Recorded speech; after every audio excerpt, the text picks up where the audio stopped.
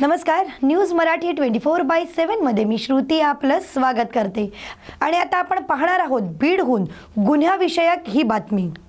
बीडमध्ये gold loan योजनेचा गैरवापर करून आणि बनावट सोने बँकेत गहाण ठेवून सामान्य लोकांकडून पैसे घेऊन फसवणूक करणाऱ्या विलास उदावंत या सोनाराला बीड शहर पोलिसांनी दिमागदारपणे सापळा रचून पुणे येथून अटक केली।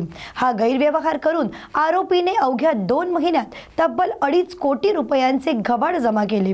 आरोपी बीडमध्ये विलास ज्वेलर्स नावाचे दुकान चालवत होता। जलद श्रीमंत होण्यासाठी त्याने स्वतः 16 बनावट ग्राहक तयार केले।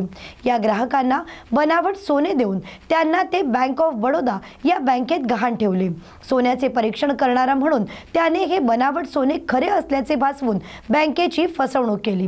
याचबरोबर त्याने सामान्य लोकांना जास्त सोन्याचे आमिष दाखवून त्यांचीही फसवणूक केली आहे आणि सर्व मिळून 2.5 कोटी रुपये जमा करून स्थानिक प्रॉपर्टी विकून पसार झाला होता।